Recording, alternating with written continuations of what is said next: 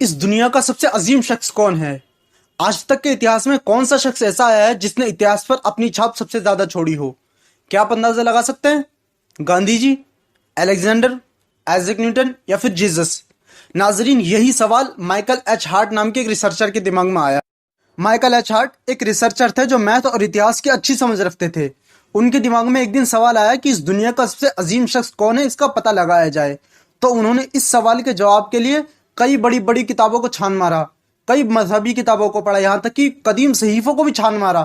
اس کے بعد انہوں نے ایک کتاب لکھی جس کتاب کا نام تھا دا 100 A Most Influential Person in the History، جس کے اندر مائیکل ایچ ہارٹ نے تاریخ کی بڑی بڑی شخصیات کو رینکنگ کے مطابق رکھا تھا۔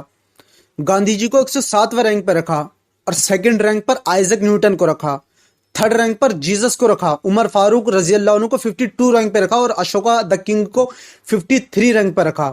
ناظرین، کیا آپ جاننا چاہتے ہیں کہ فرسٹ رینک پر کون تھا؟ وہ اور کوئی نہیں بلکہ ہمارے نبی کریم صلی اللہ علیہ وسلم تھے۔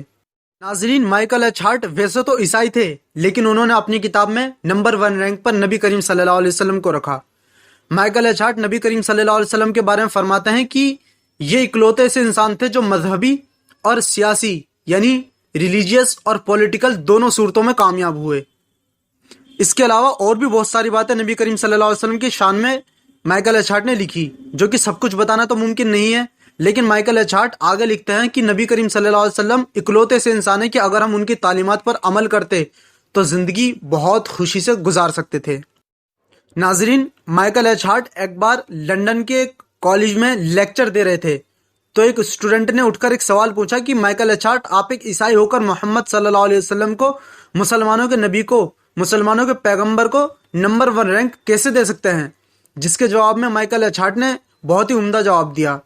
مائیکل ایچ ہارٹ نے کہا کہ جس وقت محمد صاحب نے صلی اللہ علیہ وسلم نے سب سے پہلی بار خود کو نبی کہا تھا، یعنی 611 عیسوی میں ایک پہاڑ پر کھڑے ہو کر سب سے پہلی بار خود کو نبی کہا تھا، اس وقت محمد صلی اللہ علیہ وسلم کے ساتھ صرف 4 لوگ موجود تھے، جس کے بعد دھیرے دھیرے مسلمانوں کی تعداد بڑھتی گئی، اور آج ان کے جانے کے 1400 سال بھی مسلمانوں کی تعداد 2 ارب ہے۔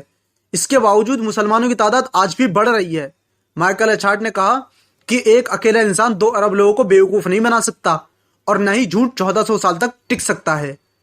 مائیکل ایچ ہارٹ نے کہا کہ مسلمان اپنے نبی محمد صلی اللہ علیہ وسلم کے لیے جان بھی قربان کر سکتے ہیں۔ کیا اس سیمینار میں کوئی ایک انسان بھی ایسا موجود ہے جو جیزس کی خاطر اپنی جان دے سکتا ہے؟ جس کے بعد اس پورے ہال میں سناٹا چھا گیا۔ ناظرین، کیا خوب کہا ہے ہمارے عالموں نے کہ سچ وہی ہے جسے غیر بھی قبول کر لے، اور مائیکل ایچ ہارٹ ایک عیسائی ہونے کے باوجود قبول کر چکے تھے۔